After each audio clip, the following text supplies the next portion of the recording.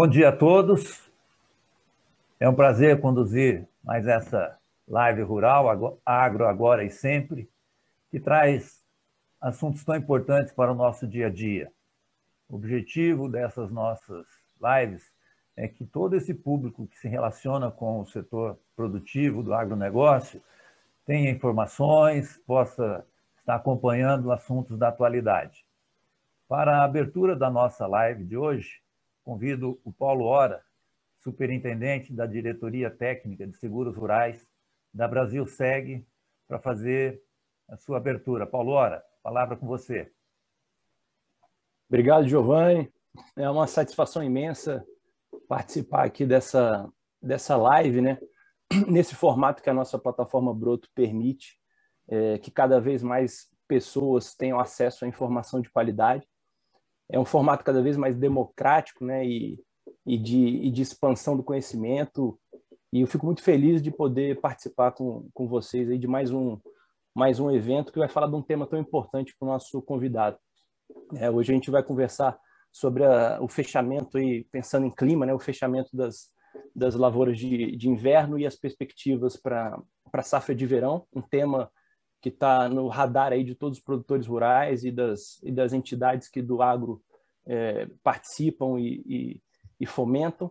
Então é um tema importante, é um tema que a gente se preocupa muito aqui como seguradora, e num momento especial, né? Eu lembro do Lazinski, a primeira vez que ele esteve na seguradora aqui na Brasilseg foi em 2014, a gente já prevendo ali naquela época o movimento do El Niño, que em 2015 se confirmou, então um período bastante seco no centro-oeste, nordeste do país, né, com muitos atendimentos aos produtores que tiveram perdas fortes naquela época, e de lá para cá a gente tem tido várias conversas aí sobre panorama climático, incorporando esse conhecimento na seguradora, levando informação também para o produtor, e o mercado de seguro cresceu muito nesse período, nos últimos 5 anos, né? Hoje nós já temos aí com certeza mais de 16 milhões de hectares segurados no Brasil, considerando produtores que estão dentro do programa de subvenção e fora dele.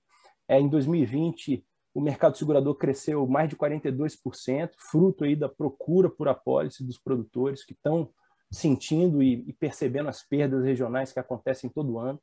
Indenizações, ano passado, foi mais de 2,2 bilhões pagos aos produtores rurais, com perdas em todas as regiões, especial ano passado no Rio Grande do Sul, mas todo ano existem perdas severas aí regionais.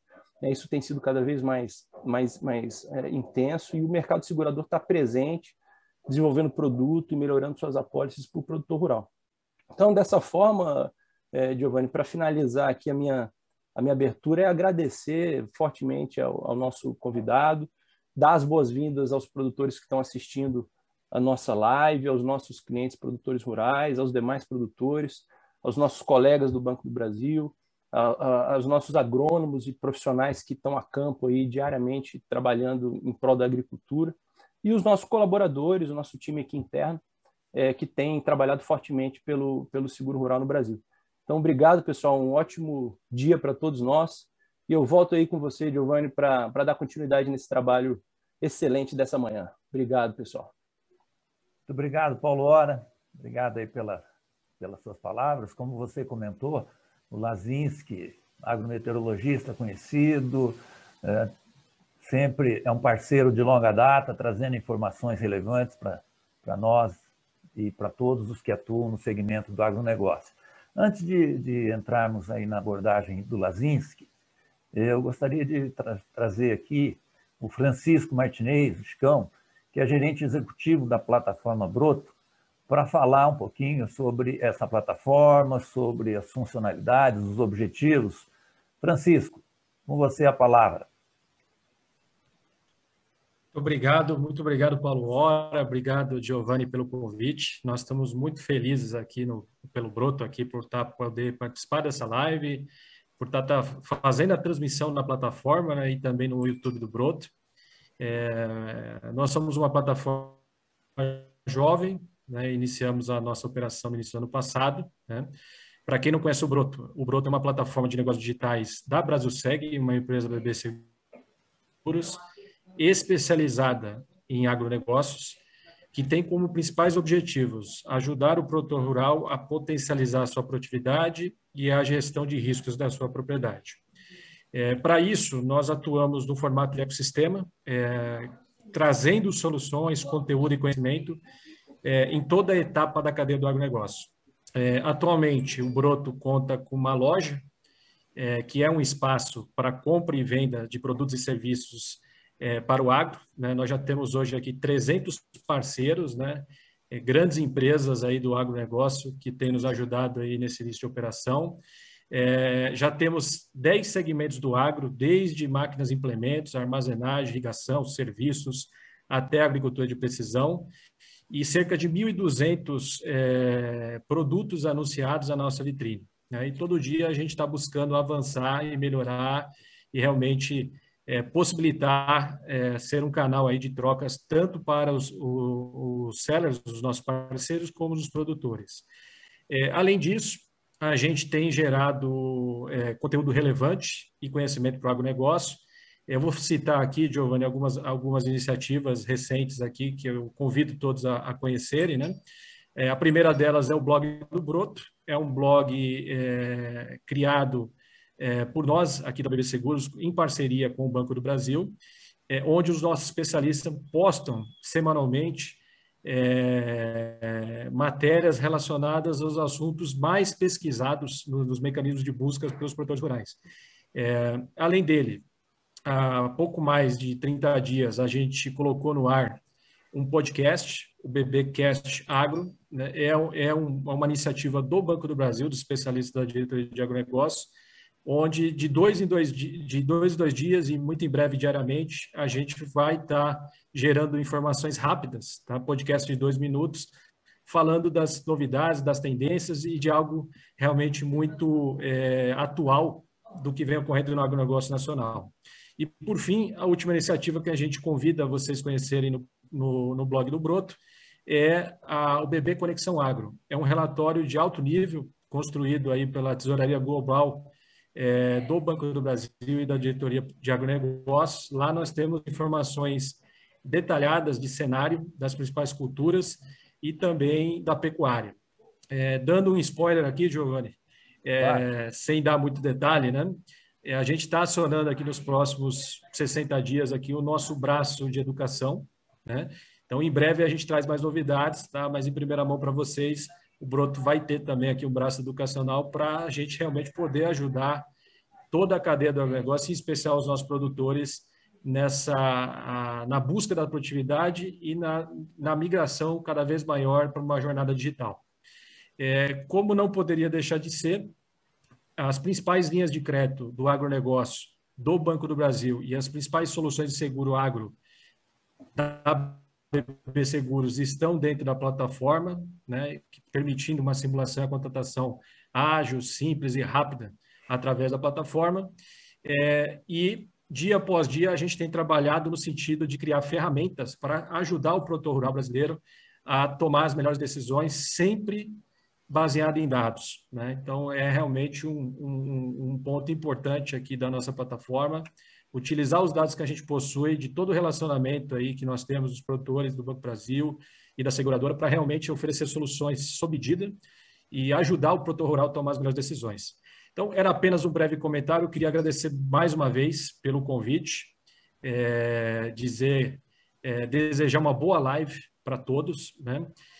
E convidar aqueles que não conhecem o Broto, a gente sugiro entrar no nosso site www.broto.com.br, se cadastrar no próprio site para poder receber as novidades, ou se preferir, quem quiser fazer via code, a gente deixou um code aqui na tela, basta apontar aqui o celular que você já entra lá na nossa página de cadastro, né?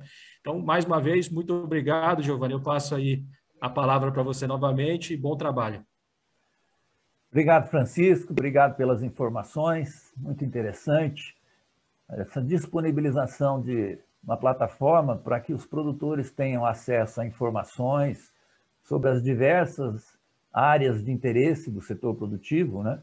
Crédito, seguro, máquinas, equipamentos, negócios, enfim, a plataforma vai ser uma maneira importante para o produtor estar bem informado e, como você falou, também investindo na formação, né? Na disseminação de conceitos da cultura de seguros, da cultura do crédito, da cultura do agronegócio como um todo.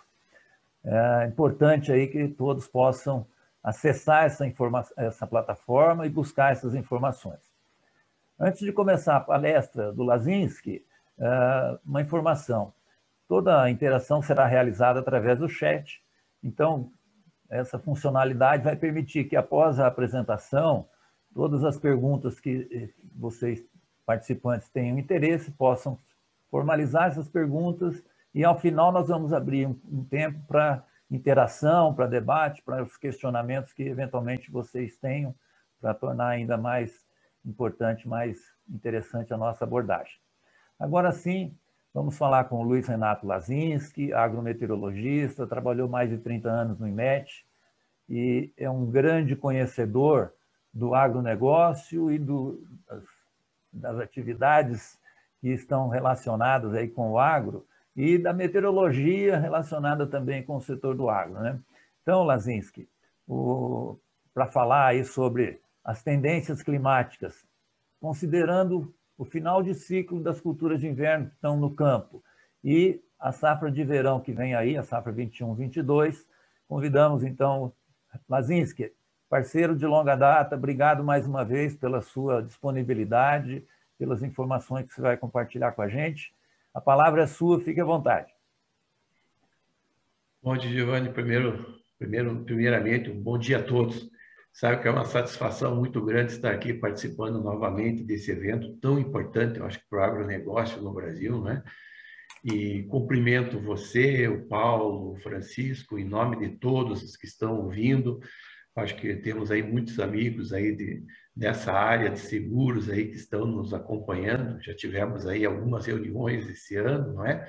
Mas, em nome de vocês três, eu cumprimento a todos e dizer que é uma satisfação imensa estar aqui novamente nesse setor que é tão importante para o nosso agronegócio, né, Giovanni? Uhum. Nós temos aí essa questão do clima, né? Quando a gente fala de clima e seguro para a agricultura, é bem diferente da gente falar de seguro para carro, para casa, para outras coisas, né? Nós tivemos aí um exemplo agora no final de julho, começo de agosto, também dia 25, se eu não me engano, de julho, aquelas geadas que afetaram bastante, principalmente o café, né? Então, quando você tem o seguro de uma casa, de carro, você tem uma ideia do que acontece. Agora, quando você tem um evento climático, você pega uma área enorme, né? Então, como falou o Paulo aí, né? O volume de dinheiro envolvido nisso aí chega a 2,2 bilhões, não é pouca coisa, né, Giovanni? E aquilo que a gente sempre fala, né? Quando a gente fala em agricultura, Giovanni, é aquela história, né? Todos nós sabemos, é uma indústria a céu aberto.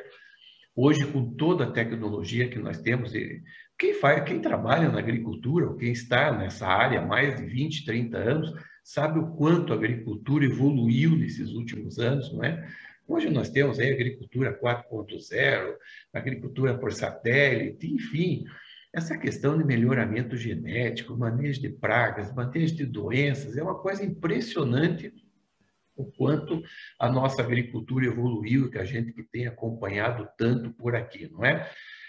Você controla tudo hoje, né? Da porteira para trás, aquilo que eu sempre falo, o agricultor ele consegue ter um controle, ele, seguindo os conselhos da assistência técnica, dos técnicos, dos agrônomos, ele faz tudo certinho.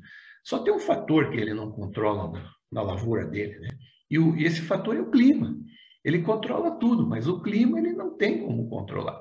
E esse acaba sendo o fator fundamental, né, de sucesso ou não das nossas lavouras. E isso nós temos visto aí nesses últimos 2 anos, por exemplo, né? A safra 19 e 20, nós tivemos um problema sério de clima que afetou bastante a produção, principalmente de soja no Rio Grande do Sul. Esse ano nós tivemos aí problemas com a safrinha, primeiro estiagem, depois geadas, que afetaram também o café, tá certo?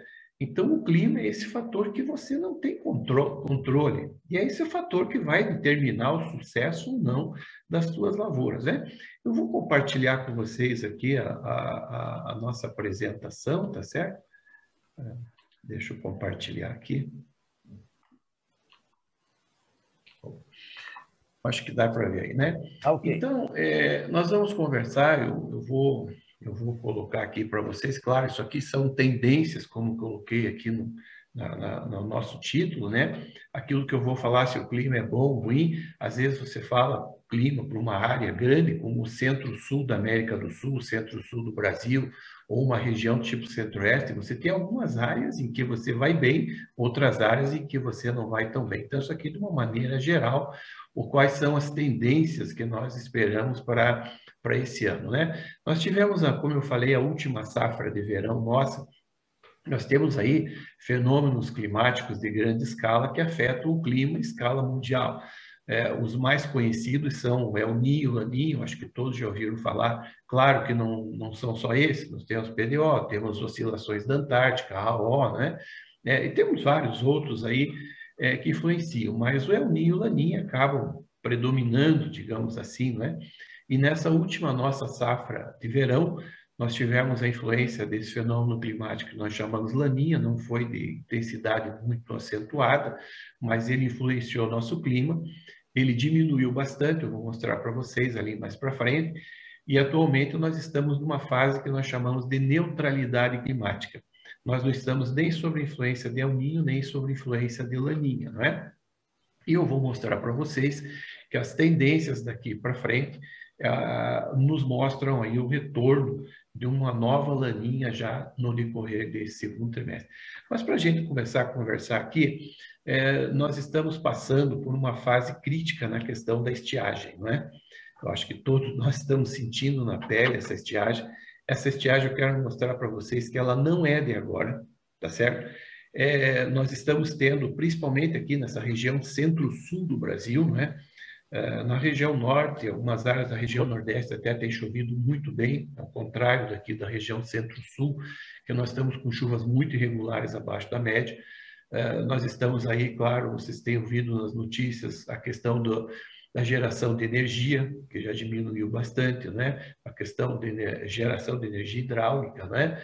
Nós temos aí também algumas regiões já com racionamento d'água. Posso dar um exemplo para vocês. Aqui eu e o Di Giovanni em Curitiba já estamos sentindo isso na pele, né? Porque nós estávamos aí, a Sanepar, que é a empresa de água aqui em Curitiba, é 36 horas com água, 36 sem água. Depois passou a 60, 36. Então, assim, já tem várias cidades com racionamento no abastecimento de água, né? Então, o que eu quero mostrar para vocês primeiro, as condições de precipitação que vem ocorrendo nesses últimos anos, não só. Eu trouxe aqui algumas cartas desse ano, que só para a gente acompanhar, para mim poder explicar um pouco melhor para vocês. Isso aqui é uma carta de anomalia de precipitação do IMET de janeiro deste ano, não é? As áreas em azul são as áreas em que choveu acima da média. Amarelo. Oi? Oi, desculpa, aqui não estava mudando o slide. Acho que agora mudou para precipitação aqui. Tá, mudou? Só para tá. Isso, tá, agora obrigado. entrar, tá ok. Obrigado. E essas áreas em amarelo e vermelho são as áreas que choveu abaixo da média. Então, vocês vejam que no sul do Brasil, até parte do Mato Grosso do Sul, choveu muito bem em janeiro, né? Mas a partir de fevereiro a chuva foi embora. E aí nós começamos aquele problema com a estiagem, vocês vejam principalmente no Paraná, Mato Grosso do Sul, São Paulo, sul do Mato Grosso, áreas de importância aí, significativa aí, para nossas lavouras de milho safrinha, não é? Veio o mês de março, as precipitações continuaram bastante irregulares, chove num canto, não chove no outro. Abril foi um mês que praticamente não choveu na maior parte da região centro-oeste, sudeste e principalmente na região sul. Por outro lado, nós tivemos as chuvas se prolongando um pouco mais na região nordeste do Brasil, né? O mês de maio, da mesma maneira, vocês vejam aqui, choveu no Rio Grande do Sul, mas São Paulo, Mato Grosso do Sul, Paraná, a questão do milho safrinha, que na verdade foi plantado atrasado, tivemos um atraso no início do plantio do ano passado, já em função das chuvas. Não choveu setembro e outubro aqui no Centro-Sul, atrasou a colheita, atrasou o milho safrinha, e aí nós passamos mais de 30 dias praticamente sem chuva, entre abril e maio desse ano. Pegou uma fase crítica ali do milho safrinha, né? Nessa estiagem, Mato Grosso do Sul, Paraná, boa parte de São Paulo e algumas outras áreas, né? Veio o mês de junho, as chuvas continuaram abaixo da média, né? Eu trouxe aqui, ó, mês de junho, tá? E eu trouxe aqui, ó, só para mostrar para vocês aqui, isso aqui é uma anomalia de chuva na bacia do Rio Paraná, tá certo? Isso aqui vem desde outubro, vocês podem reparar, desde outubro do ano passado até agora, né? Então, vocês vejam que praticamente nesse último ano aí que nós tivemos só um mês que choveu acima da média, como eu mostrei para vocês. Isso aqui é a bacia do Rio Paraná. Isso aqui representa mais ou menos a bacia dos grandes rios aqui nas regiões sudeste, centro-oeste e sul do Brasil, né? Todos os outros meses, as chuvas ficaram abaixo da média, tá certo? Essa outra transparência, eu trouxe a estação de Maringá. Eu trouxe uma estação porque ela também representa mais ou menos uma média do que vem acontecendo em toda a região centro-sul do Brasil. Essa estação de Maringá, a estação do Instituto Nacional de Meteorologia, né? Então, eu tenho a precipitação ocorrida, que são essas colunas em azul que vocês estão vendo, e a precipitação média de 30 anos, que são essas colunas aqui em vermelho, o cor-de-rosa mais claro, tá certo? Eu trouxe 2019, 20 e 21. Vocês vejam aqui, ó, que do ano de 2019, eu só tive um mês que choveu acima da média, ó, que foi o mês de dezembro. 2020, eu tive o mês de junho, depois eu tive agosto, e depois eu tive dezembro. Foram só 3 meses acima da média. E esse ano eu só tive o mês praticamente de janeiro acima da média. Todos os outros meses praticamente abaixo da média. Então essa é uma estiagem que eu quero mostrar para vocês que não é de agora. É aquela história, aquela estiagem que vem comendo pelas beiradas. E de repente ela aparece, tá certo? Então, na verdade, essa estiagem ela vem desde meados de 2018, que nós temos observado a maior parte dos meses com precipitação abaixo da média. Então, como vocês podem ver aqui, nesses últimos dois anos e meio, nós tivemos pouquíssimos meses com chuva acima da média, a maior parte com chuva abaixo da média.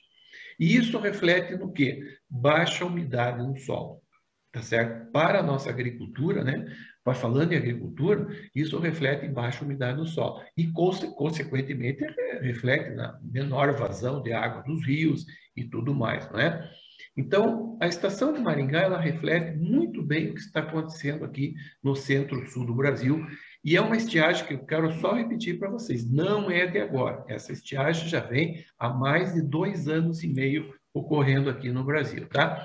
Aqui eu tenho um mapa de disponibilidade de água no solo, aqui no período da semana passada, que entre o dia 6 e o dia 10 de agosto. Essa região aqui, vocês podem ver a região central do Brasil, aqui boa parte do Nordeste, claro, essa época não chove, tem pouca umidade, né? Mas vocês vejam que a região sul do Brasil, aqui quando você pega da região central, norte do Paraná e boa parte do oeste da região sul do Brasil, eu não tenho muita umidade no solo. Aqui até chove um pouco melhor, mas eu estou com menos de 50 milímetros no solo, ou seja, menos de 50% de umidade no solo. Se eu comparar, por exemplo, a disponibilidade de água no solo no dia 31 de julho do ano passado, no dia 31 de julho desse ano, vocês vão reparar que o ano passado estava, pelo menos aqui no sul do Brasil, eu tinha mais umidade no solo do que esse ano. Esse ano a umidade está muito mais baixa, tá certo?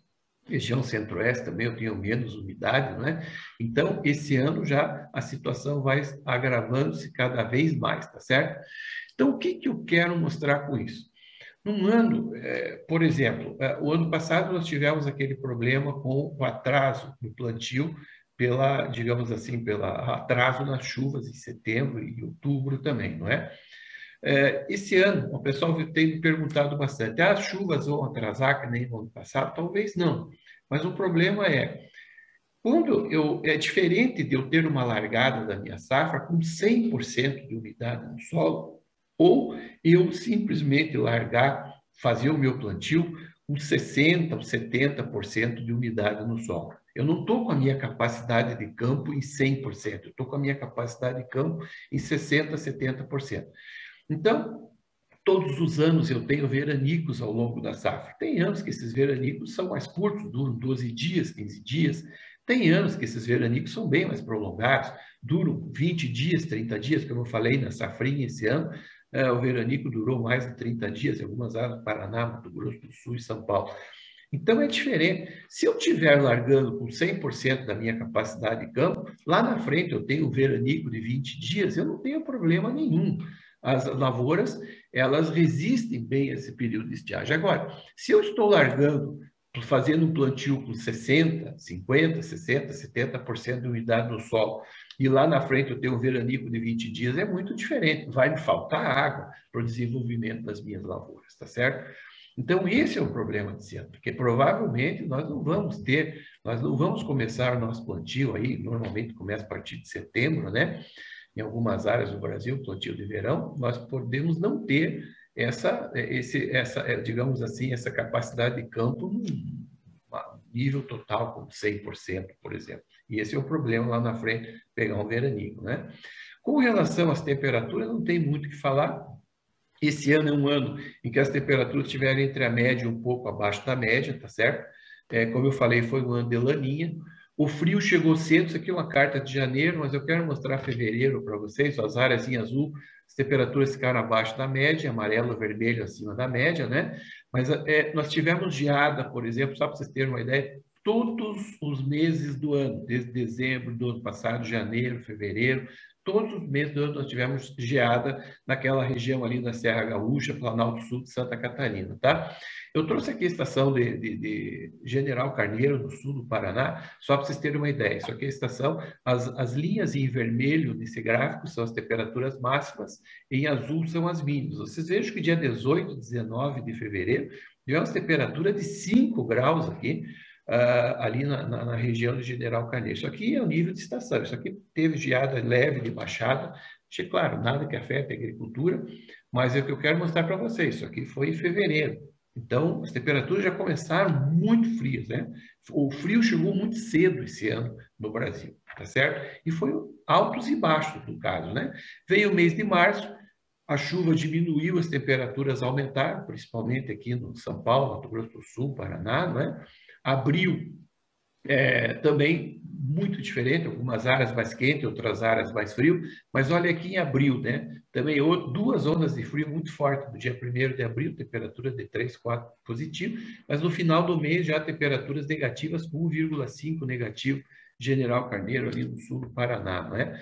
Veio o mês de maio, também muito seco, as temperaturas aumentaram bastante, principalmente no interior aqui do Brasil, né? À medida que eu vou me afastando do litoral, as temperaturas aumentaram bastante. Essas temperaturas mais baixas aqui, próximo ao leste, aqui em função do oceano também, que as temperaturas do oceano estavam mais baixas, né? Junho foi um mês praticamente normal, e agora em julho fez muito frio, né?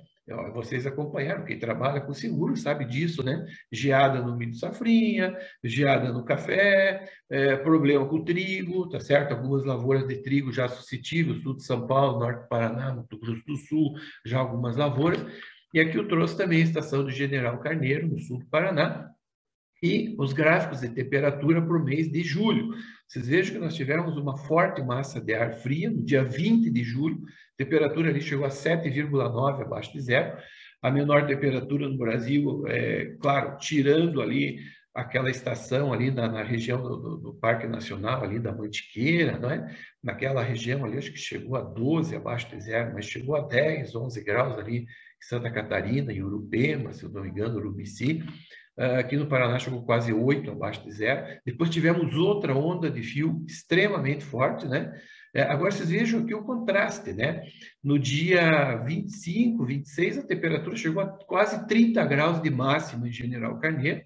E aí no dia 30 tem 7,3 abaixo de zero, tá certo? A nível de estação. Então, quer dizer, é altos e baixos. Uma hora está lá em cima, outra hora está lá embaixo.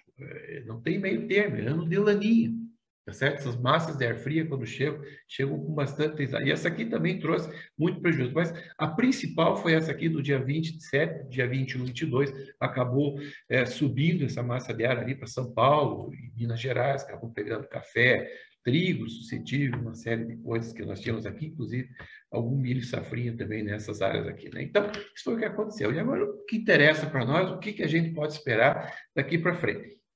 Como eu falei para vocês, eu vou mostrar um pouco mais à frente, que nós estamos aí, os modelos de clima mais longo prazo já estão sinalizando com o retorno de uma nova laninha no decorrer já desse segundo semestre, né? Então, esses modelos de clima aqui se baseiam muito em cima dessas informações. Eu trouxe aqui 2 modelos do IMET, os próximos 3 meses, depois eu trouxe do IRI, que eu gosto muito de trabalhar com eles, né? Então, se nós olharmos aqui agora para o mês de agosto, uma previsão de anomalia de precipitação válido agora para o mês de agosto de 2021. Essas áreas em cinza, espera-se que a chuva aí fique dentro da média, claro, a maior parte do Brasil, essa região central, chove muito pouco ainda nessa época, né? Mas Paraná, região sul, Santa Catarina, Mato Grosso, São Paulo, todas essas áreas dentro da média, região nordeste também, tudo dentro da média, e chove um pouco acima da média, como vem chovendo nas áreas mais ao norte do Brasil. Para o mês de setembro, ele coloca aqui, ó, aqui na região centro-oeste, sudeste, talvez um pequeno atraso nas chuvas, né? Nessa época agora, nessa transição entre o período seco e o período chuvoso, talvez o período chuvoso atrase um pouquinho, tá? Agora a partir de setembro. E aqui no sul do Brasil, entre a média, um pouquinho acima da média, mas bastante irregular, né? E a partir de outubro, aqui, ó, de 2021, pelo IMET, já a região sul aqui com chuvas um pouco abaixo da média, a região centro-oeste, também sudeste, algumas, principalmente centro-oeste, com chuvas um pouco abaixo da média, as outras áreas com chuva acima da média. Eu quero mostrar os modelos, depois a gente comenta um pouco sobre isso aqui. Esse aqui é o modelo do IRI, que eu gosto muito, né? Isso aqui é por trimestre, é uma previsão aqui de anomalia de precipitação, né? Para o trimestre, agosto, setembro e outubro. As áreas em verde, tendência que chova acima da média, e as áreas em amarelo, marrom, abaixo da média. Áreas em branco, espera-se que chova dentro da média. Então, vocês pegam aqui agosto, setembro, outubro, que é justamente agora, setembro, outubro, início, a largada da nossa safra de verão, boa parte do Brasil, né? Vocês vejam que eles colocam aqui, continua chovendo bem nessas áreas mais ao norte da região sudeste, centro-oeste e região norte do Brasil, e também nas áreas produtoras da região nordeste, né? Chovendo bem. Em compensação, essa região centro-sul do Brasil, Argentina, Paraguai, aqui algumas áreas do Paraguai, as precipitações abaixo da média.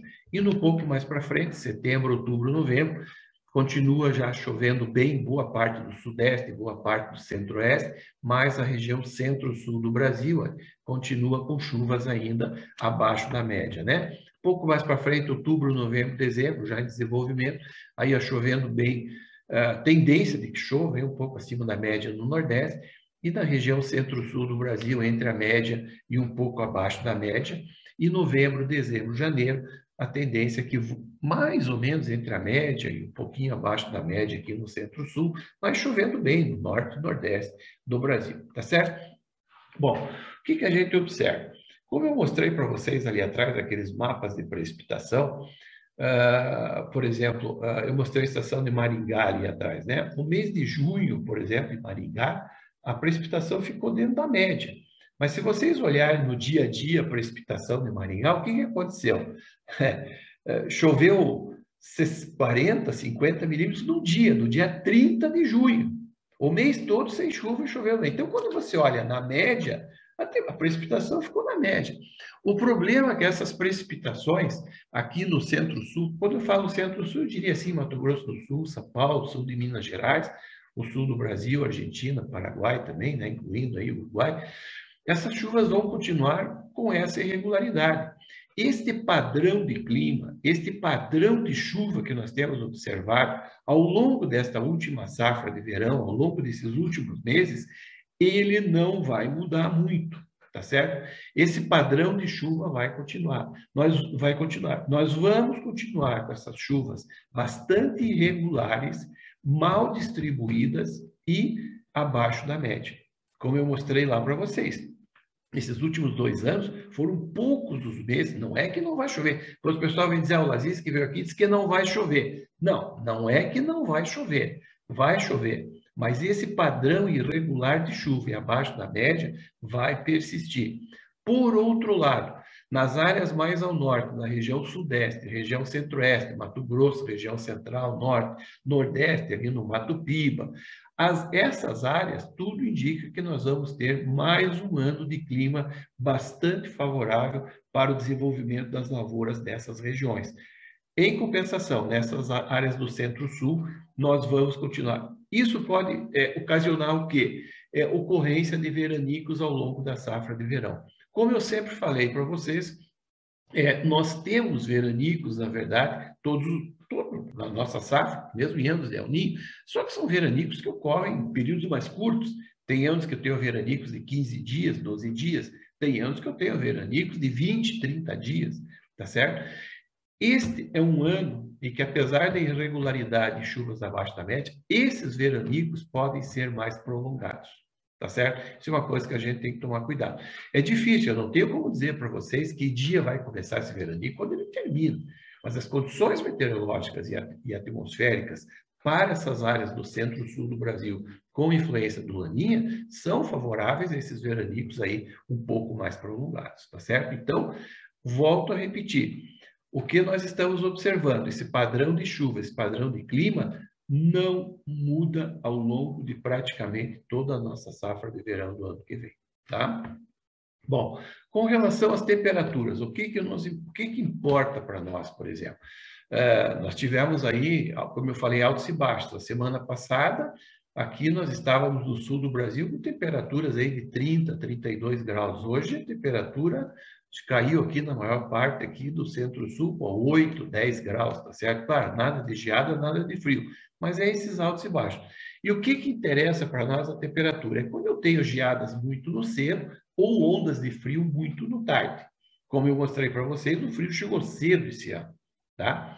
Agora, qual é a chance que eu tenho de ter ondas de frio muito tarde aqui no centro-sul do Brasil? Eu diria o seguinte, nessas áreas mais altas aqui, que você planta o trigo, agora a importância maior é o trigo, tá certo? Nessas áreas mais altas aqui do Paraná, Santa Catarina e Rio Grande do Sul, que o trigo é plantado mais tarde, é plantado em julho, eu diria que a chance de que nós tenhamos uma geada nessas áreas mais altas até o final de setembro é muito grande, tá certo? As outras áreas não, só as áreas mais altas aqui dos 3 estados do sul.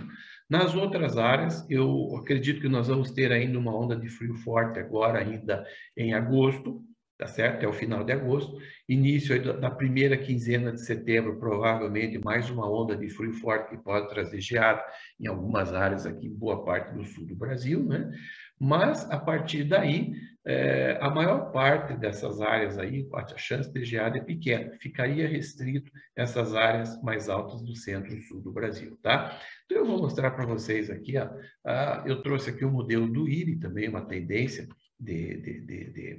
tendência de temperatura, não é? Uma anomalia. Isso aqui é para o trimestre, vocês estão vendo agosto, setembro e outubro de 2021, essas áreas em vermelho, tendência de temperatura aqui um pouco acima da média, em azul um pouco abaixo da média. E as áreas em branco, espera-se que as temperaturas fiquem dentro da média esperada aí para a época do ano. Então, um pouco mais frio aqui, mais a oeste aqui da região centro-oeste do Brasil, as outras áreas entre a média e um pouquinho acima. Indo um pouco mais para frente, setembro, outubro, novembro, praticamente dentro da média na maior parte do Brasil. Outubro, novembro, dezembro já volta a esquentar, principalmente no oeste da região sul, aqui sul do Mato Grosso do Sul, as outras áreas do Brasil, praticamente dentro do normal, dentro do esperado. Novembro, dezembro, janeiro também, maior parte do Brasil dentro da média. Então, como eu falei, a grande preocupação agora seria com as geadas tardias nessas áreas mais altas do sul do Brasil, que pode ocorrer até o final de setembro. Nas outras áreas, sem grandes problemas, né? Se ocorrer geada agora, em boa parte do sul aqui agora até o final de agosto, isso é normal, nós estamos no inverno, não é? Então, eu vejo assim, a grande preocupação é que esse ano o frio chegou cedo e pode ir embora mais tarde, mas ficaria mais restrito essas áreas mais altas dos 3 estados do sul do Brasil, tá certo? Com relação a esses fenômenos climáticos, como eu disse, né, eu vou comentar agora sobre o El Niño e Laninha, porque queira ou não queira, eles têm uma influência aí bastante significativa no nosso clima, e como eu falei anteriormente, no início da nossa apresentação, não é só El Niño e Laninha que influenciam o nosso clima, nós temos oscilações da Antártica, PDO, enfim, uma série de outras coisas, né? Mas o El Niño e Laninha acaba sendo o mais importante. Eu acho que eu sempre mostro, porque já viu, mas um ano de El Niño, ele tem influências diferentes, o El Niño e Laninha influencia de maneira diferente em várias regiões do Brasil. Por exemplo, isso aqui é uma situação típica de El Niño, quando eu tenho um aquecimento das águas do mar do Pacífico, próximo ao Equador, e a figura da direita é uma situação típica de Laninha, onde eu tenho resfriamento das águas do mar nessa região próxima ao Equador. Quando eu tenho um El Niño, é uma situação de clima não muito favorável ao desenvolvimento das lavouras da região norte e nordeste do Brasil. Normalmente a gente observa ali uma diminuição das chuvas. Por outro lado, as chuvas favorecem, são chuvas mais abundantes, mais bem distribuídas, nessa região centro-sul da América do Sul, principalmente o sul do Brasil.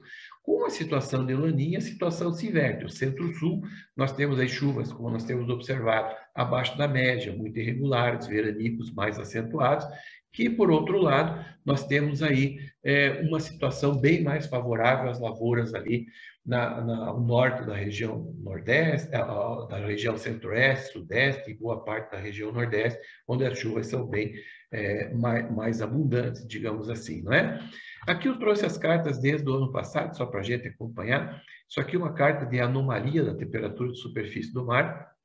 Isso aqui é de setembro do ano passado, quando nós estávamos iniciando a nossa safra de verão. As áreas em azul desse mapa são águas mais frias, as áreas em vermelho, marrom, são águas mais quentes, e águas em branco, normal para a época do ano. Então, vocês vejam que em setembro nós estávamos com uma situação típica de Laninha, águas mais frias aqui próximo ao Equador, nessa região do Pacífico. Veio o mês de outubro, vocês vejam que a área de água fria do Pacífico é muito grande, e é uma área enorme, pessoal. Isso aqui é maior que a América do Sul, tá? É muito grande uma área dessa aqui, tá? Mês de novembro, olha aqui, ó, um Laninha aí bem típico, né? Águas mais frias. A partir de dezembro ele começa a diminuir, olha, janeiro ainda temos uma Laninha bem definida, a partir de fevereiro as águas ainda um Laninha mais fraco, e a partir de março ele praticamente vai sumindo, abril desapareceu, mês de maio sumiu, mês de junho também praticamente, aquilo que eu falei, nós estamos passando por uma situação de neutralidade climática, não está nem quente nem frio, né? Não tem El Niño nem Laninha. Mês de julho também um pouco mais quente, um pouco mais frio, mas praticamente neutro. E essa aqui é a carta aqui de anomalia da água do mar da última semana passada, dia 1º, dia 7 de agosto. Vocês vejam que tem um pouco de água quente aqui, próximo à costa oeste da América do Sul, mas tem frio, mas a maior parte praticamente neutro. O grande problema para nós aqui é essa água mais fria, nesse caso aqui no nosso Atlântico, aqui na nossa porta, né? Na região nordeste, as águas mais quentes até favorecem um pouco mais as precipitações aqui mais ao norte, não é? E as águas mais frias não favorecem a passagem dessas frentes frias, ou seja, as frentes frias têm passado aqui pelo centro-sul do Brasil, fraca atividade, com pouca umidade, tá certo? Nós estamos agora com uma frente fria passando hoje por aqui e praticamente não choveu. Choveu no Rio Grande do Sul, algumas áreas de Santa Catarina, mas do Paraná para cima praticamente não choveu, não é? E aqui essa carta aqui é de ontem, do dia 11 de agosto, né? Anomalia também da temperatura do mar. Vocês vejam que já tem uma área aí já significativa de água já fria aqui no Oceano Pacífico, um pouco mais quente no Nordeste, que favorece as chuvas dessa região, frio aqui no Sul, que não favorece as chuvas para nós aqui, não é? Então isso vai complicando. E qual é a previsão daqui para frente com a questão do El Niño e Laninha? Isso aqui é uma previsão agora para agosto. Vocês vejam que um pouco quente, um pouco frio, Laninha já começa a querer se definir. Grande problema para nós é que a água aqui na nossa costa das regiões sul e sudeste não esquentam, e isso não favorece aí frentes frias mais ativas. As frentes frias, como eu falei, passam com fraca atividade. Compensação no Nordeste, as águas mais quentes favorecem aqui algumas chuvas um pouco melhores, né? Mês de setembro, olha, Laninha já começa a se configurar, e a partir do mês de outubro desse ano, a previsão de águas mais frias, o Laninha já bem definido, no início aí, começando nossa safra de verão, já com Laninha começando a se formar praticamente lá no Pacífico.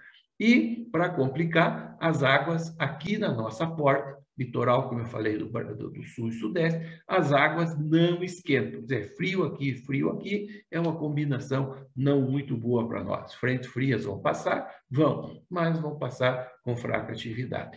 Mês de novembro continua frio. Mês de dezembro aqui, ó, vocês vejam que a água, Laninha bem definido. Mês de janeiro, ele já começa a diminuir um pouco a intensidade desse Laninha aí, quase no final da nossa safra de verão, já diminuindo a intensidade, e trimestre de janeiro, fevereiro e março de 22, final da safra de verão, início da nossa safrinha, tá certo? E, desculpa, deixa eu só voltar aqui, tá?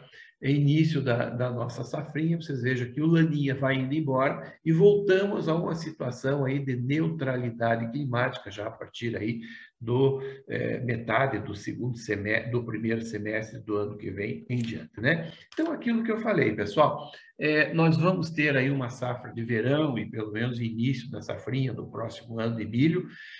Não muda muito o padrão do que nós estamos vendo. Esses modelos eles já estão sinalizando e nós já estamos observando águas mais frias realmente no Pacífico chegando. Se nós olharmos em profundidade, tem muita água fria ainda para florar, não é? Naquela região equatorial do Pacífico. Então, esse Laninha provavelmente ele vem. E, repito, então não muda o padrão de chuva, não muda o que nós estamos vendo. Não é que não vai chover, mas vai continuar chovendo abaixo da média. Nós vamos continuar com essa chuva irregular, mal distribuída. Quando vem uma chuva, um pega 20, um pega 10, outro pega 40, outro a 5 quilômetros pega 2, tá certo? Então vai ser desse jeito. Vem uma chuva no estado, chove num canto, não chove no outro. Então é muito irregular e esses veranicos podem ser mais acentuados ao longo da nossa próxima safra de verão. Que eu vou passar.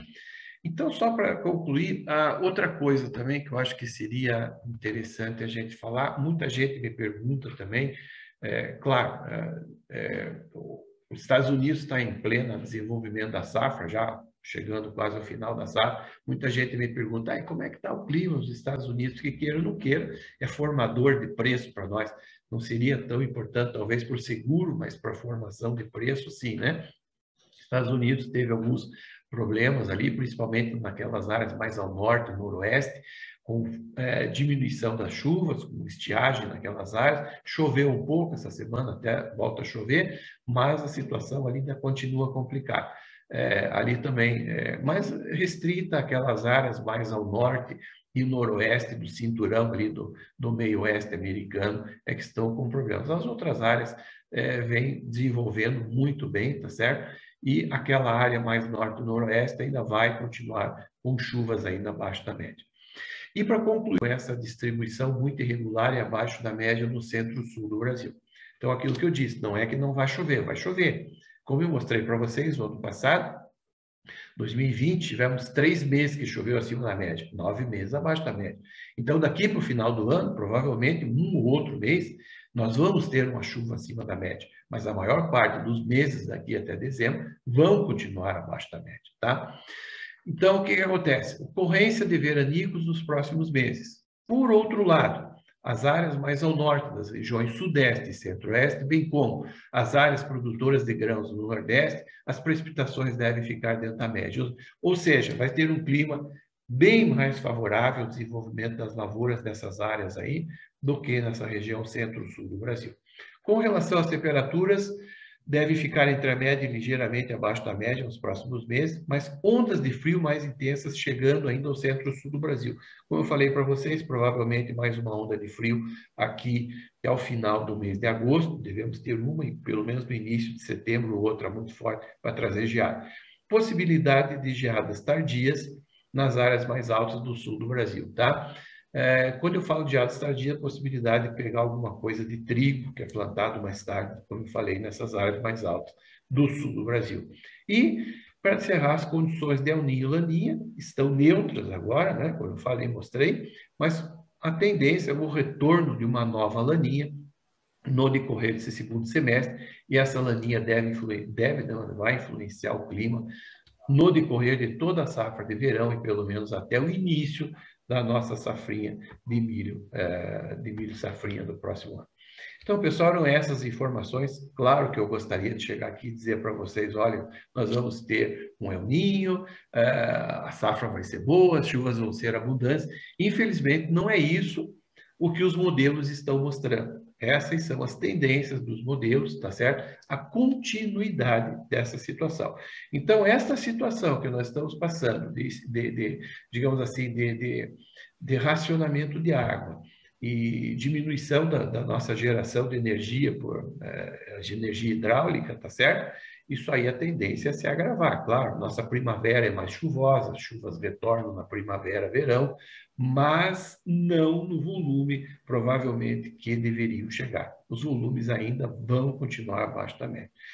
Então, eu quero agradecer mais uma vez ao Di Giovanni, ao Paulo, ao Francisco, a todos aí que nos convidaram para trazer essa apresentação. Espero que essas informações sejam úteis ao planejamento do pessoal, principalmente para quem planta, né, planejamento da lavoura. Como eu falei, o clima é o único fator que eu não consigo controlar na minha lavoura, mas pelo menos eu tendo uma ideia do que eu posso encontrar pela frente, eu posso adotar algumas técnicas que eu posso minimizar esses efeitos adversos do clima. Eu não posso tirar ele totalmente, mas eu minimizo. Eu posso diminuir essas percas adotando algumas técnicas, né? Que não sou agrônomo, não vou aqui dizer, acho que os agrônomos conhecem isso muito melhor. Então, Di Giovanni, mais uma vez, muito obrigado pela oportunidade para trazer essas informações, espero que sejam úteis, tá certo? E eu fico à disposição, se tiver alguma dúvida. Obrigado. Maravilha, Lazinski. Muito obrigado aí pelas suas informações, pela riqueza dos dados que você compartilhou com a gente. Como você disse, né, os produtores têm investido muito em tecnologia. Nós temos enfrentado um paradoxo, né? Nós temos observado nos últimos anos safras recordes, os maiores volumes de produção, e ao mesmo tempo a gente tem também, quando a gente olha os dados das seguradoras, a gente vê as indenizações recordes. Isso porque os produtores estão contratando seguro, estão entendendo melhor a importância dessa proteção para suas atividades.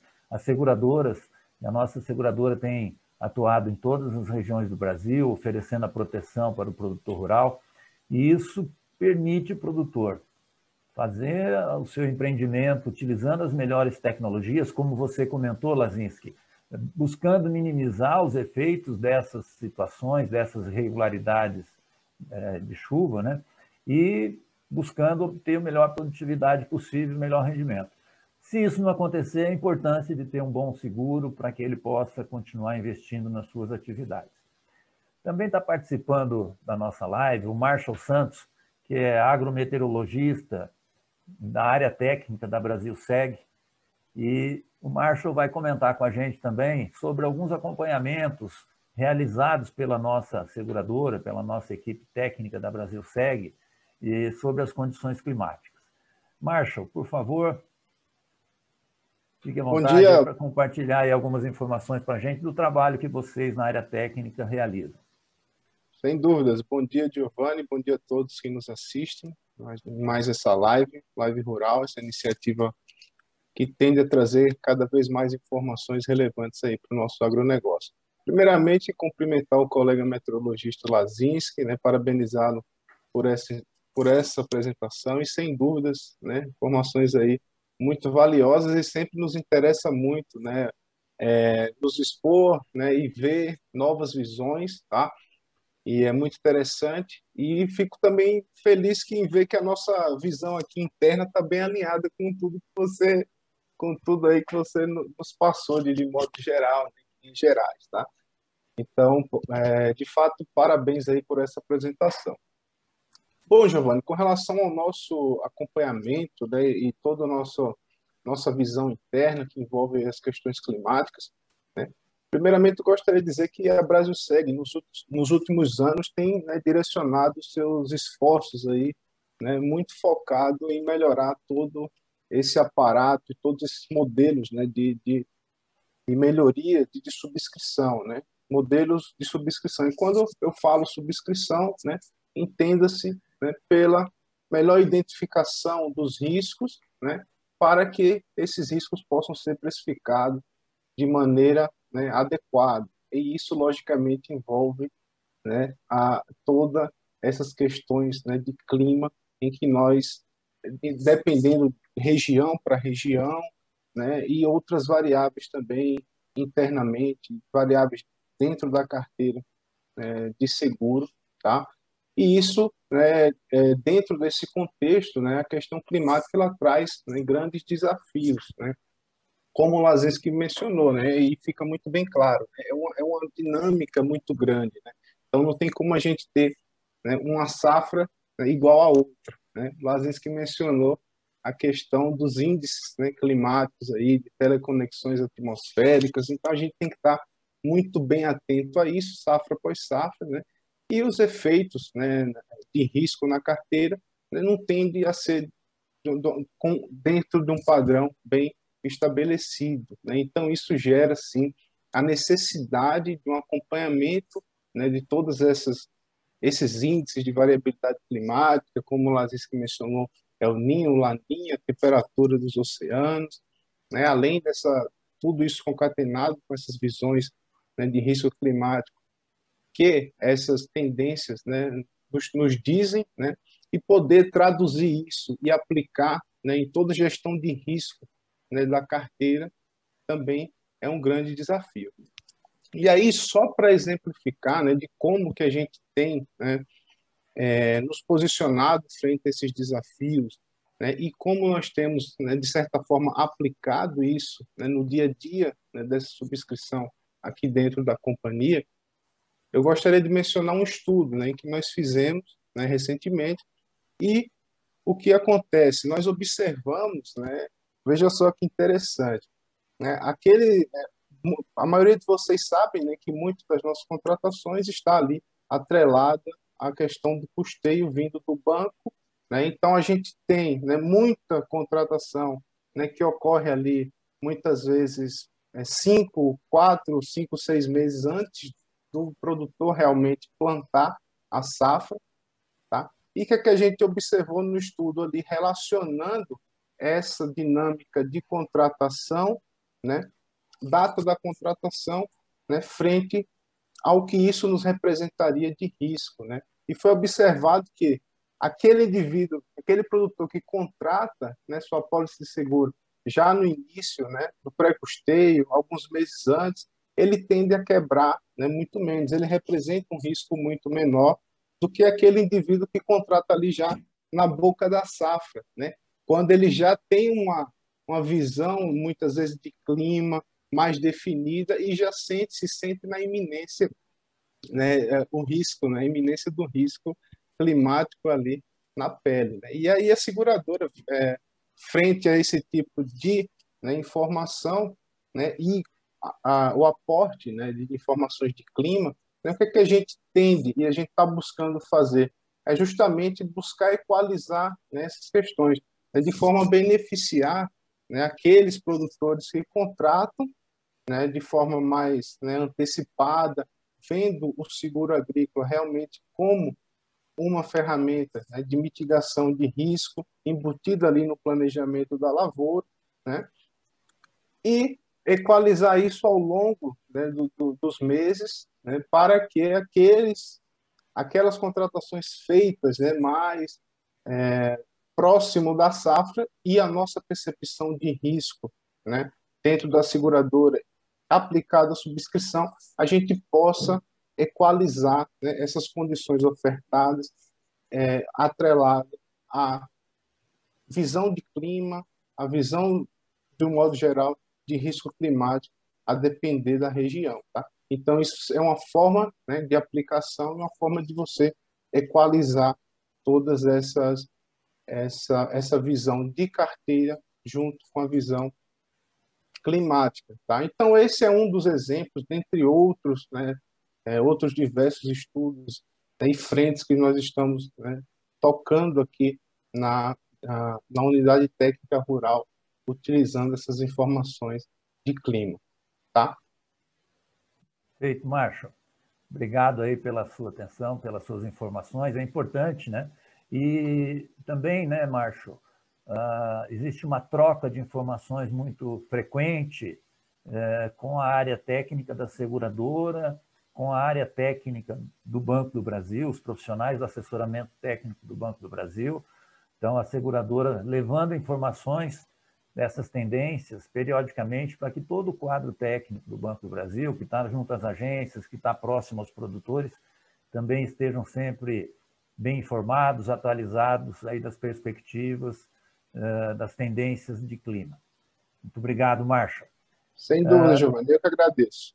Nós teremos algumas perguntas, Lazinski, que foram durante a sua apresentação foram encaminhadas.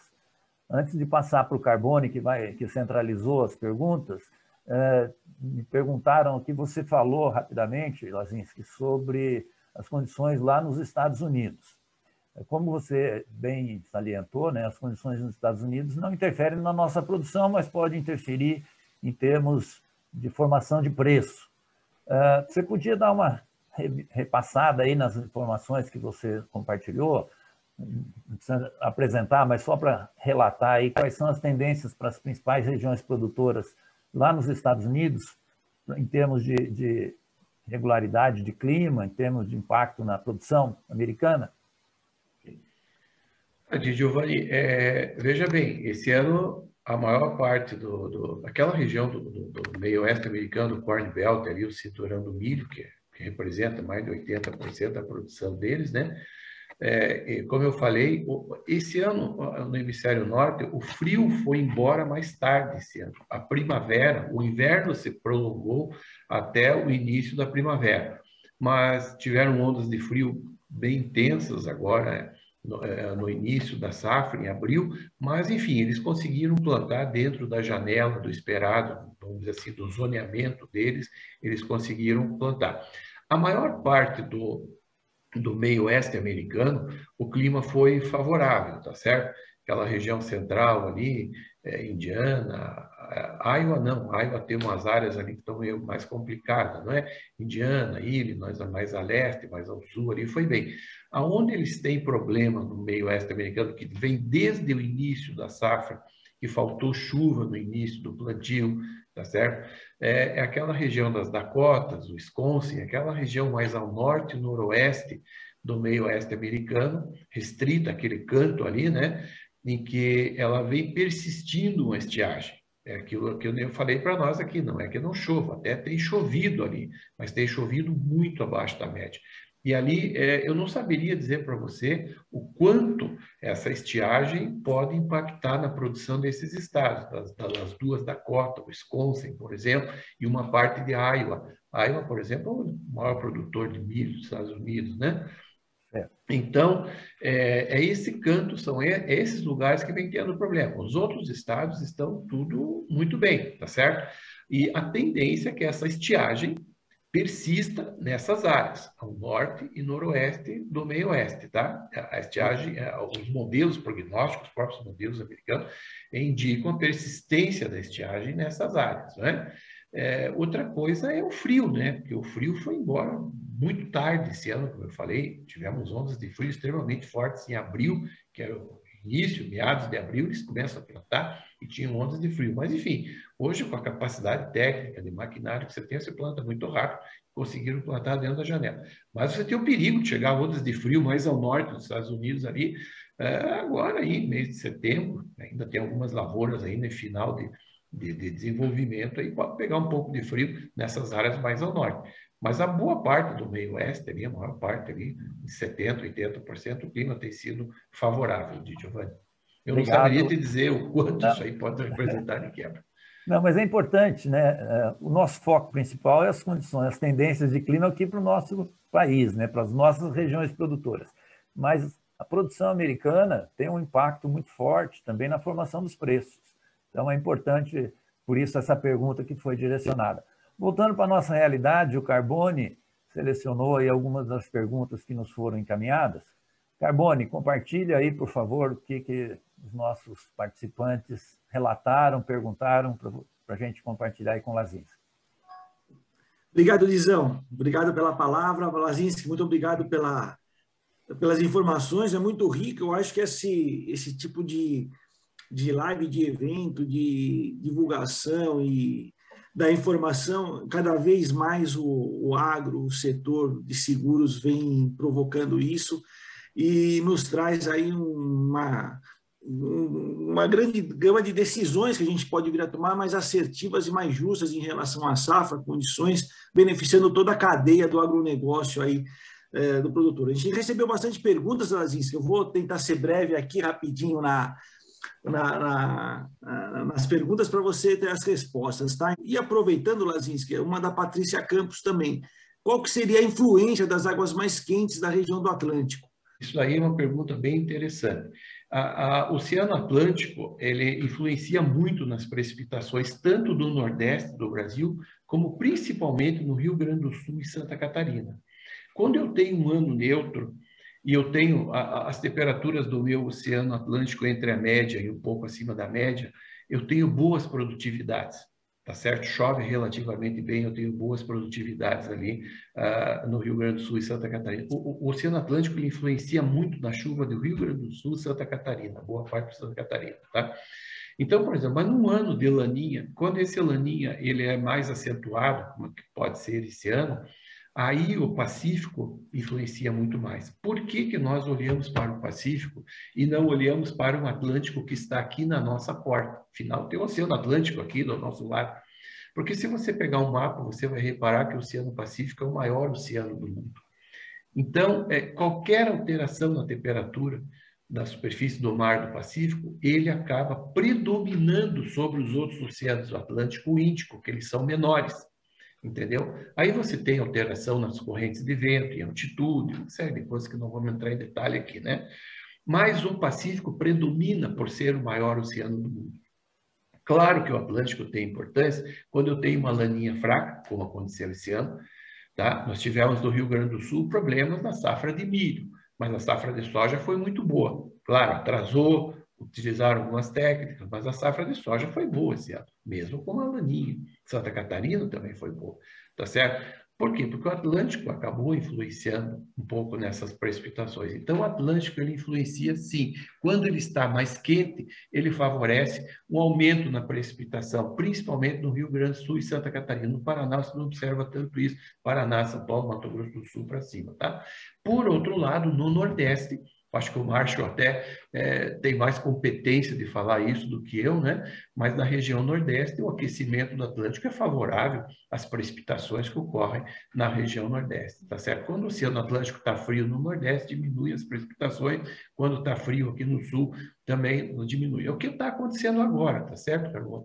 Nós estamos observando que o Oceano Atlântico aqui, como eu mostrei para vocês, ele está frio, aqui na nossa costa, no litoral da região sul e parte da região sudeste, e as frentes frias têm passado, mas têm passado com fraca atividade, tá certo? Beleza. Obrigado, Lazinski. Vou fazer mais uma aqui de um colega lá do Mato Grosso do Sul. Eu achei interessante até porque quando a gente fala nessa questão de clima, né, safra por safra, se tem o padrão, se repete, se não repete. Veja que interessante essa pergunta. Que em 1976 tivemos uma grande geada que deslocou a cultura do café para as áreas mais do sul. E agora os produtores mineiros relatam perdas por geada nunca antes ocorridas. A geografia do café e outras culturas podem estar sendo novamente afetadas? Ou isso foi uma questão pontual? Não, veja bem, aquilo que eu falei, o clima ele é cíclico. Você tem períodos mais quentes e períodos mais frios, tá certo? Na verdade, a grande geada não foi 76, foi 75, né? 1975, que nós tivemos uma grande geada e que aí praticamente dizimou o café no Paraná, né? Boa parte de São Paulo, sul de São Paulo, ali dizimou o café, tá? O que acontece? O professor Molion, acho que foi o professor do Marshall lá em Alagoas, ele fala muito sobre isso, né? Você tem ciclos, períodos de praticamente 30 anos. Existe o PDO, Pacific Decadal Oscillations, oscilações decadais do Pacífico, que a gente observa. E tem alguns estudos que mostram também, né, que em períodos de 30 anos, eu tenho, períodos de 30 anos que eu tenho fenômenos El Niños mais intensos e Laninhos menos intensos. E períodos de 30 anos seguidos que eu tenho laninhas mais intensos e El Niños menos intensos, entendeu? Então, aproximadamente a cada 30 anos eu tenho essas variações, não é? Então, é isso que acontece, tá certo, Carmona? Nós tivemos aí no passado períodos bem mais frios, né? Por exemplo, 75, a questão da estiagem, o pessoal porque está tendo estiagem. Sim, nós tivemos estiagens aí, bem em 1942, provavelmente foi a maior que nós tivemos. Depois tivemos 51, tivemos 62, 63, tivemos vários períodos de estiagem aí. Então, isso é cíclico, tá certo? Então, o que acontece? Nós vamos passar por um período agora, de alguns anos, em que nós vamos ter invernos mais rigorosos. Depois nós vamos passar um outro período, provavelmente quase 30 anos, de invernos que vão ser mais amenos, mais tranquilos. Então, isso é cíclico. Mais ou menos a cada 30 anos, você tem invernos mais rigorosos, 30 anos com invernos mais amenos, verões mais quentes e assim por diante. Então, não é que você vai deslocar. Essa ciclicidade do clima existe e ela vai continuar. Você não tem como mexer nisso, tá certo? Não tem como mudar o clima. Assim. Ele vai continuar. O clima, ele é dinâmico, ele varia e ele tem esses ciclos, hora mais quente, hora mais baixo, tá certo? Bacana. Vou aproveitar que eu falei um pouquinho de café, Lazinski. Vou trazer para você duas culturas que chegaram para nós aqui em perguntas e eu acho que tá no momento. Primeiro, como que você vê o trigo nesse fim de ciclo, né? Se o clima vai tá favorável ou não. E a questão da cana-de-açúcar, que já vinha sofrendo com a seca aqui nas regiões do estado de São Paulo, e como que vão se comportar essas regiões aí? Tem uma melhora? Ela vai puxar ainda um pouquinho mais esse déficit hídrico? O trigo no final do ciclo e a situação atual da cana? Pois são duas coisas. O trigo ele gosta de um clima mais seco. Claro, tem que chover, não é que não falte água. Precisa ter água para ele sobreviver, mas ele é diferente do milho. O milho e a cana precisam de água. Agora, o trigo ele gosta de um clima mais seco. Então, o trigo nós tivemos uma quebra aí, sul de São Paulo, oeste do Paraná, norte do Paraná, aí eu não sei quanto, mas já tinha algumas lavouras suscetíveis, Mato Grosso do Sul, né? Eu acredito que daqui para frente, essas áreas aí não tão altas, sem grandes problemas. Nós vamos ter ondas de frio, por exemplo, aí como agora final de agosto, início de setembro, mas se tivermos geadas nessas áreas, são geadas leves de baixada que não afetam o trigo, tá certo? Então, para o trigo eu não vejo que tinha que quebrar, já praticamente quebrou nessas áreas mais baixas. O problema do trigo é nessas áreas mais altas, como eu falei na minha apresentação, essas áreas mais altas do sul do Brasil. Aí você pega Guarapuava, Palmas, Campos Novos, Passo Fundo, que é essa região que você planta trigo mais tardio. Essa região pode sofrer com geadas mais no tarde, tá certo? Pode sofrer. Essas áreas aí. As outras áreas, o que pegou, pegou, e eu acredito que sem grandes problemas. Agora, a cana é diferente, né? A cana, ela pode sofrer, porque nós estamos nessa questão de estiagem, tá certo?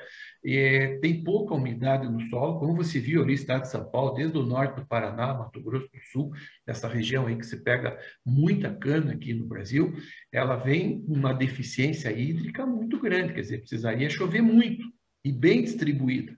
E esse é o problema. As chuvas vão continuar abaixo da média e mal distribuídas. Então, para a cana, eu não vejo também problema de frio, mas eu vejo o problema do prolongamento dessa estiagem, tá certo? Dessa deficiência hídrica no solo que deve persistir ainda ao longo desses meses, tá certo, Carol? Beleza, Lazinski. Dizão, como que está o nosso tempo aí? Cabe a última pergunta. Você que me dá as coordenadas aqui. Podemos fazer mais uma, sim, Carbone, sem problema. Podemos? Podemos. Então, Lazinski, essa daqui é a pergunta de todo leigo, né? Aquela pergunta da segunda chance. Até saiu a pergunta aqui da tela, Lazinski. Espera aí, deixa eu pegar ela de novo aqui. É o seguinte: considerando as previsões da safra 2021 e o que de fato se viu, houve algum desvio ou fato não considerado que lhe surpreendeu entre as previsões e o ocorrido? Não, o que aconteceu é o que estava previsto. O que me surpreendeu um pouco foi o Rio Grande do Sul, né? Que mesmo com a laninha, como eu falei, eles tiveram um problema ali com quem plantou milho mais cedo no Rio Grande do Sul, teve alguns problemas, não é? Mas com relação à soja, até eu me surpreendi com a produtividade tão alta da soja. A soja, afinal, ela resiste bem à estiagem, né? Quando você tem uma pequena chuva, ela começa o milho ele sofre mais. Então, o que me surpreendeu realmente foi essa produtividade da soja mesmo. Tá certo, foi uma laninha fraca, mas o Oceano Atlântico aqui contribuiu, digamos assim, né? De uma maneira significativa. Então, foi assim, onde me surpreendeu um pouco, foi o Rio Grande do Sul, uma produtividade tão boa que nós tivemos ali naquela região, Carbono. Lazinski, só da minha parte, só agradecer, foi muito esclarecedor, muito elucidante também sua palestra, as informações. Esperamos que o clima nos ajude, assim como ajuda os produtores e toda a cadeia do agronegócio. E fica meu agradecimento, e quem sabe mais para frente aí uma nova rodada disso daí. Muito obrigado, viu, Lazinski? Dizão, com você. Oi, Legal. desculpa. Legal. Obrigado, Carbone, pelas perguntas, pela interação que você coordenou aí. E, Lazinski, muito agradecido pelas tuas informações, pelo tudo que você compartilhou. Essa live vai estar gravada, vai ficar disponível. Esse conjunto de informações que você compartilhou, acho que vale a pena a gente ter tempo, olhar, relembrar aí algumas informações, porque foi muito rica a sua abordagem. Muito, muito, muito obrigado. Obrigado, Paulo Hora, nosso superintendente. Obrigado, Francisco, do Plataforma Broto, aí que gravamos, disponibilizamos para todos os participantes. E, Márcio, obrigado aí pelas suas informações também da atuação dentro da seguradora, Carbone pela interação. Lazinski, ao longo de vários anos, a gente tem contado aí com a sua participação, trazendo informações bastante ricas, bastante relevantes aí para tomada de decisão, para o acompanhamento por parte da seguradora. Os produtores gostam muito das tuas informações, porque são bem práticas, bem acessíveis. Então, essa riqueza de dados, com toda a tua experiência acumulada, torna esse assunto tão rico, bastante acessível, bastante interessante. Então, mais uma vez, nós agradecemos bastante aí a sua disponibilidade de compartilhar essas informações conosco, ok? Obrigado, Luiz. Um grande abraço a todos, obrigado pela atenção. Nós vamos encerrando aqui a nossa live de hoje e desejando a todos os produtores que tenham muito sucesso nas suas lavouras, nos seus empreendimentos, nas suas atividades e que possam desenvolver cada uma dos seus empreendimentos aí no campo com a maior tranquilidade possível, sabendo que pode contar também com o apoio do Banco do Brasil, com o apoio da Brasilseg, com o apoio de quem está no agronegócio agora e sempre.